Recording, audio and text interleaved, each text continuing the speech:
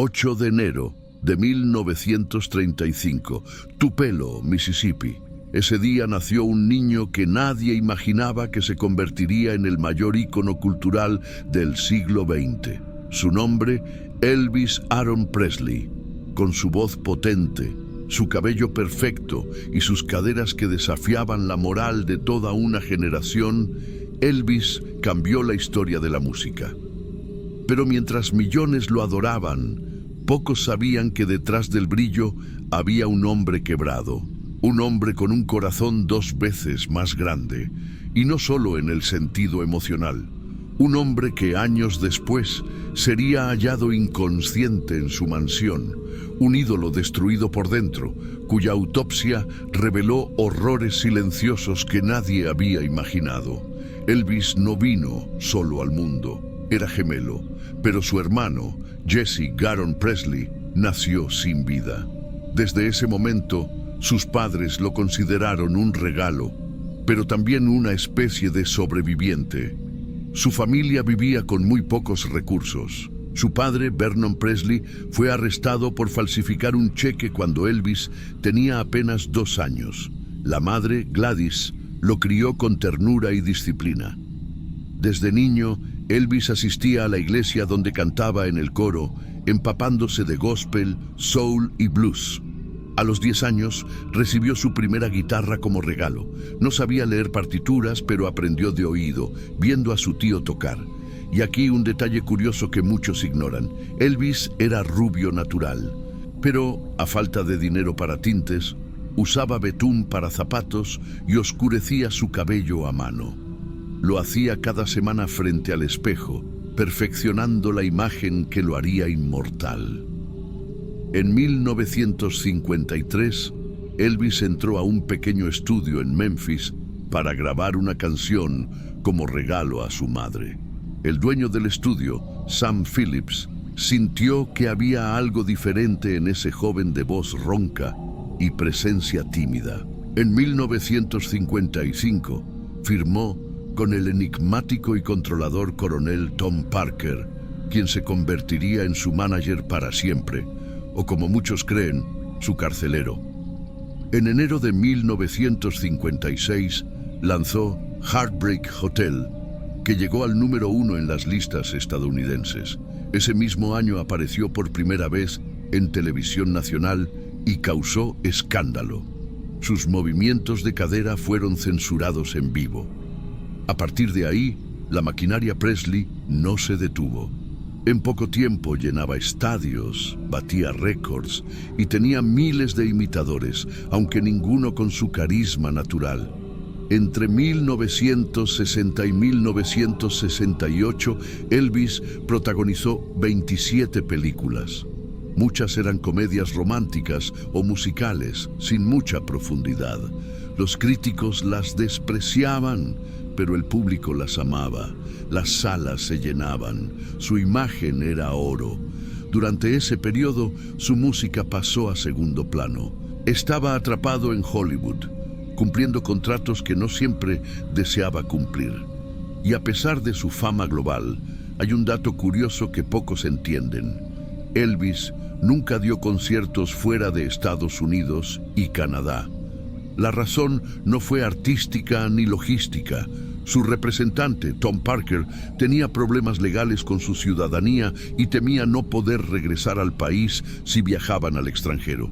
El rey estaba, en realidad, enjaulado en su propio reino. En 1959, durante su servicio militar en Alemania, Elvis conoció a Priscilla Beaulieu, una adolescente de 14 años. Él tenía 24. Después de años de relación vigilada por la prensa y la familia de ella, se casaron en 1967 en Las Vegas, en una ceremonia privada y mediáticamente controlada. Un año después, nació su hija, Lisa Marie Presley, quien con el tiempo también entraría al mundo del espectáculo. Pero el matrimonio nunca fue un cuento de hadas. Priscilla vivía bajo control estricto, en una casa donde cada movimiento era monitoreado. Elvis era celoso, posesivo y al mismo tiempo infiel. En 1973 se divorciaron. Priscilla había comenzado un romance con su instructor de karate. Elvis, por su parte, ya estaba hundido en una vida de excesos, medicación y aislamiento. A partir de 1970, el ídolo comenzó a mostrar señales alarmantes de deterioro. Pasó de ser un joven esbelto y ágil a un hombre de casi 160 kilos, con la cara hinchada, los ojos opacos y el movimiento lento. Su alimentación era descontrolada. Comía grandes cantidades de hamburguesas, frituras, helado y sándwiches de mantequilla de maní con tocino, todo en horarios irregulares. Pero el peor enemigo de Elvis no era la comida, sino los medicamentos. Consumía pastillas para todo, para dormir, para despertarse, para calmar el dolor, para soportar los shows.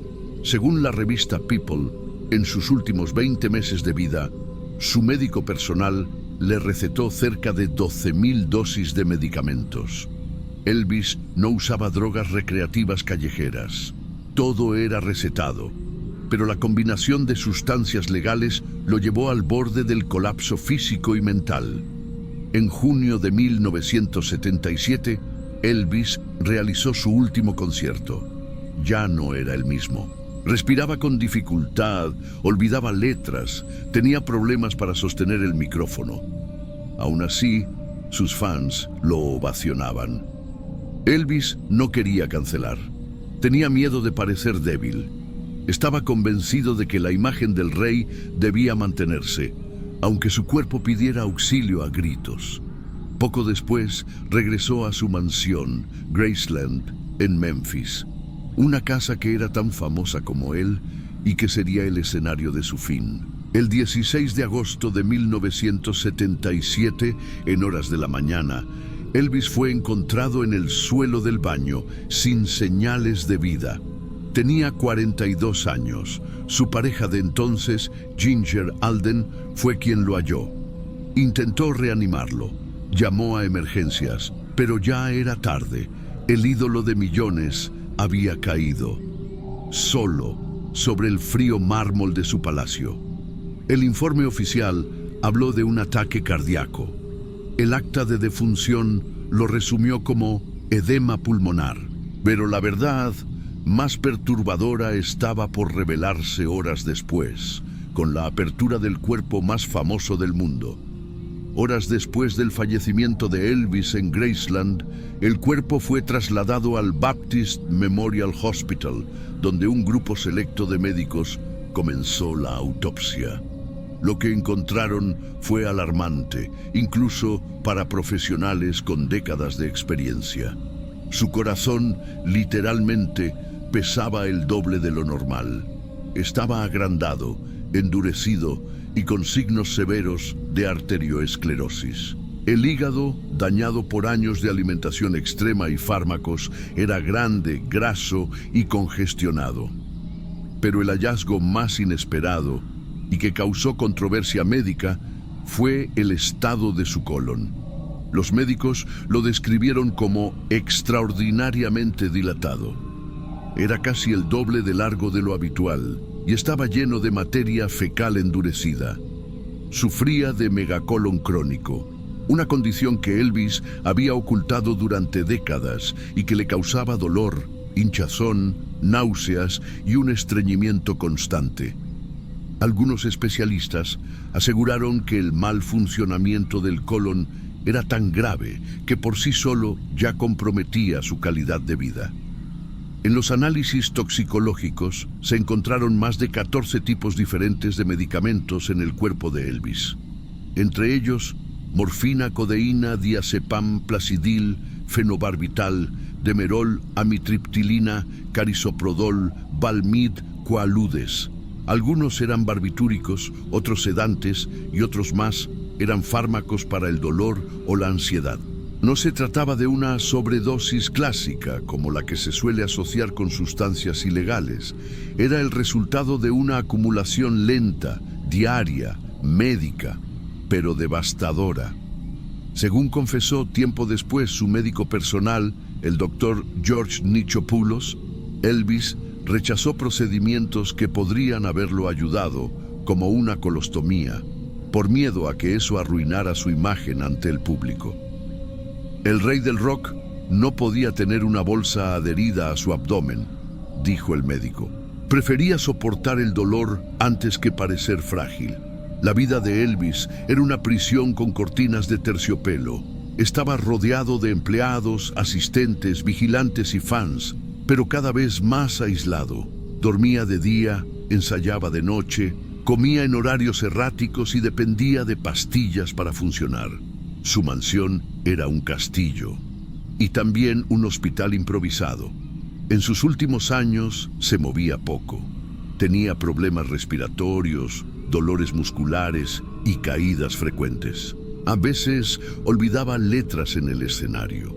Otras veces no podía salir de la cama durante días y sin embargo nadie lo detenía, porque todos, amigos, médicos, promotores, dependían económicamente de su figura. Elvis era un negocio que no podía parar, aunque su cuerpo ya no lo acompañara. Lo más inquietante no fue lo que se reveló, sino lo que no se reveló. A pedido de su padre, Vernon Presley, el informe completo de la autopsia fue sellado por el estado de Tennessee. Solo se divulgó un resumen general suficiente para calmar al público, pero no para responder todas las preguntas. Ese informe completo no podrá abrirse hasta el año 2027. ¿Por qué tanto secreto? ¿Qué contiene ese documento que no se quiso mostrar? Algunos especulan que hay detalles sobre enfermedades previas, procedimientos estéticos mal realizados o incluso negligencias médicas. Otros creen que el silencio fue una forma de proteger la leyenda, de evitar manchar la imagen pública del rey. Desde el mismo día de su muerte, cientos de personas aseguraron haberlo visto vivo. Algunos decían que estaba en Argentina, viviendo bajo otro nombre. Otros hablaban de un hombre idéntico que apareció en un aeropuerto semanas después.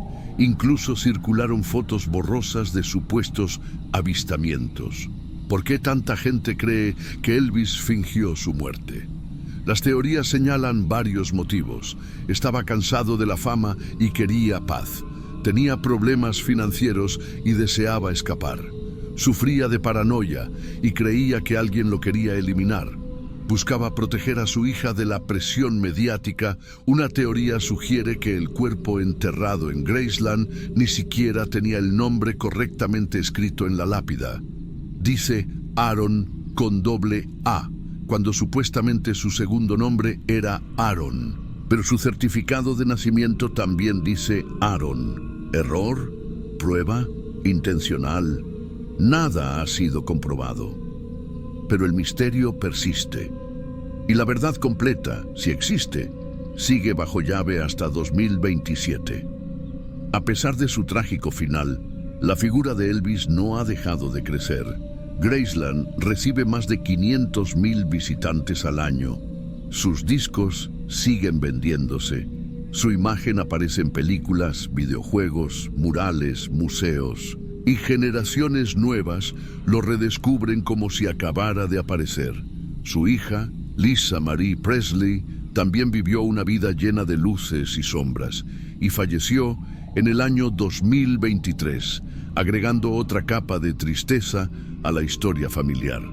Pero Elvis, de alguna forma, sigue vivo, no solo en la música, sino en los secretos que todavía no han sido revelados. Elvis Presley fue una tormenta disfrazada de ídolo, un hombre que lo dio todo por entretener al mundo y que lo perdió todo en el proceso. Su autopsia no solo fue un examen médico, sino un retrato doloroso del precio de la fama. Un cuerpo colapsado por dentro, maquillado por fuera, y una verdad aplazada durante 50 años. En el 2027, el sello se romperá. Y tal vez entonces, por fin, sabremos quién fue realmente el hombre detrás del trono del rock. Porque el rey puede haber caído, pero su leyenda sigue respirando en el eco de cada canción, en la sombra de cada teoría y en el silencio de una autopsia que aún no ha dicho su última palabra.